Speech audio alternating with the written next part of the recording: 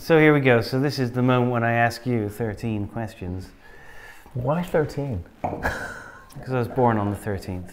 Really? Friday the 13th, as a matter of fact.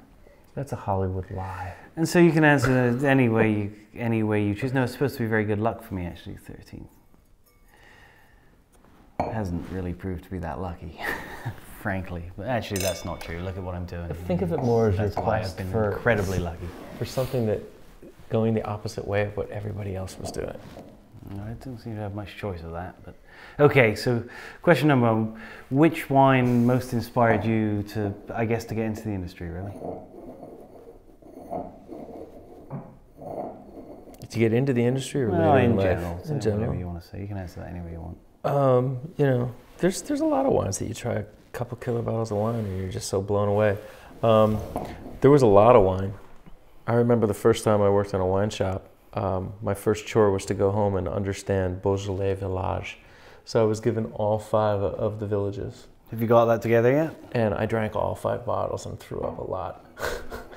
So I learned a lot about them. That's pretty inspiring. To this day, it doesn't All right, turn answer me the on very question. much. Which was the wine that has most inspired you?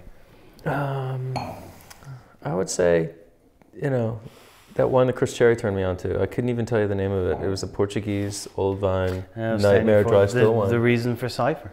Yeah, it inspired the hell out of me, and it was all about the eclectic alternative varietal, you know. And I guess I was a huge fan. I got over my Cabernet, Merlot, Chardonnay days very early because I worked in a wine shop, and I was blown away with the Rhone. And I can tell you that I totally dug Rayos and Telegraph when they were still $20 a bottle. Yeah, I almost bought Rayos tonight, but okay. So, which of your own wines would you consider being a pivotal wine for you that kind of made you go, okay, this is where I want to go? Anarchy, hands down. Hands down. Anarchy is a crazy blend because it's all about the blend. You know, it's all about painting a wild picture, and it pushed the envelope. You know, there were a lot of people who said you can't do that, but it was basically a Rhone blend made with Zinfandel, and I didn't have great Grenache, but I had some killer Rhone wine with Zinfandel. Bastard. Thought I should. I can honestly tell you that the struggle that I see in California is that the Grenache is too young. And having worked in the south of France, you know, I see a lot of similarities between Grenache and Zin. There is. And I happen to have a plethora of old vine Zin available to me. Some of which, like from the DC Ranch, is so funky that, you know, it's what a lot of California Rhone varietals wish they could be. So when I dropped it in place of where the Grenache should have been, with the luscious Merlot or luscious Morvet I was strong making. Opinions on this subject. Go big, strong man. Which is with you. Okay, next question. Which one? It had acid. It had acid. The funk of the Morvet, the sex of the Syrah. You're no longer answering the question. You're now just talking. Which wine should never have been made? Kendall Jackson Chardonnay. It was sweet, in the wrong way. It was one of those ones that should not have been, right? Okay. Which wine needs to be made?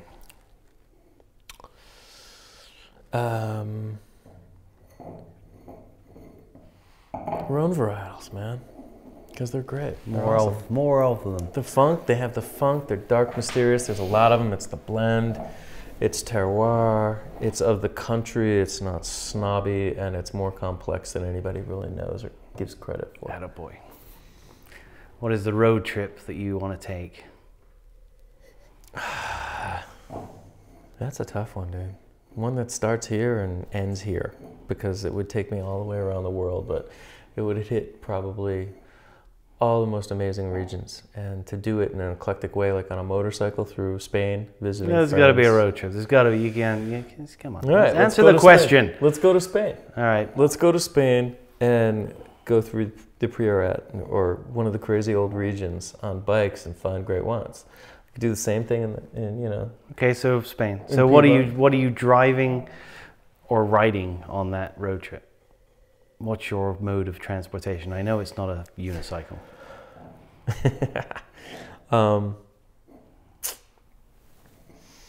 Well, a Ducati would be slightly uncomfortable. So I'd have to tell you it would probably be a fabulous BMW touring bike. Go for that. So what is the quality you most appreciate in a friend? Well, I do prefer the Hellions because they're more fun. So I guess someone who's a lot of fun. And that probably encompasses good humor, But more importantly, honesty and forgiveness, because I need to be tolerated slightly. I'll vouch for that. Okay, so if you could sit down to dinner with two people from any time, any place, you know, you name it, they can be, this isn't realistic obviously, but any two people for dinner at the same time, who would they be? That's a tough question. Yeah, when I first started thinking about this question, I said 4, and I started thinking, my God, there's just no way. So yeah, 2, totally. Let's make it 2. Tom Waits would have to make the list. Tom Waits, without a doubt.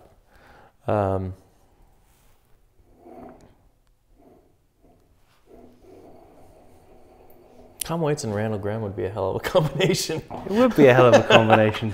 Yeah, but, you know, I mean, that. there's a whole hell of a lot more crazy people that came before Randall Graham, so that would require more thought. But with quick, that would work.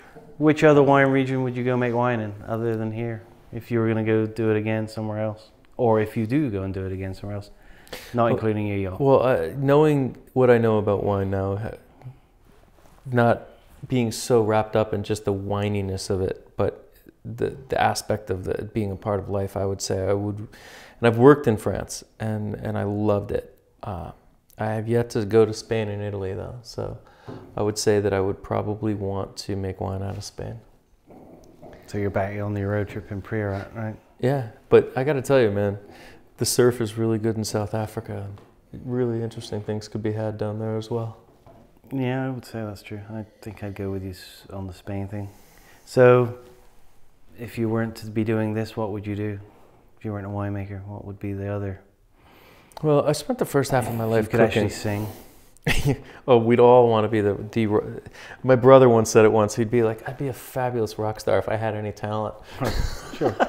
So yeah, I mean, this is imaginary, so you got to imagine. But no, I honestly have to tell you, you know, I've done the food thing, and I walked away from the food thing for a reason, because it's just, you know, the grind of being a chef just takes the love away, man. You don't have time to enjoy it, and I enjoy it now more as a winemaker, cooking than ever before. You know, we have to cook more together. There's very few people that can maintain on that. Yeah, it's crazy. In fact, most of them have underlings that do all the work, and they just go out and stand in front of the camera. Right.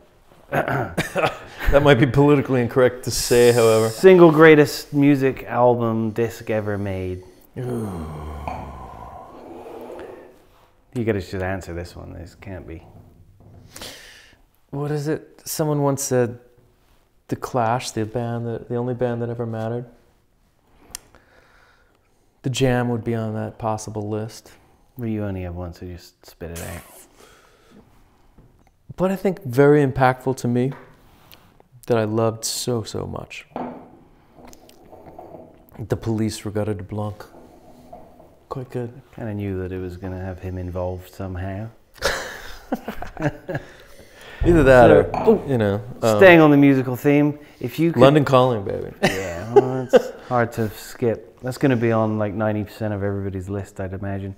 So staying on the musical theme, if you could be at any musical performance in history or now, what would it be? Any musical event, be it a festival or a specific show. Wait a minute, I go back. I don't think there is any going back. There's going it's back. Like chess. Pearl Jam you let 10. go. Pearl Jam 10. You let go of the piece now. That's the pipe. All right, so the musical performance that you live. I mean, where you're front row, you're up there in the pit. I've seen some of the best of Pearl Jam, but I honestly have to tell you that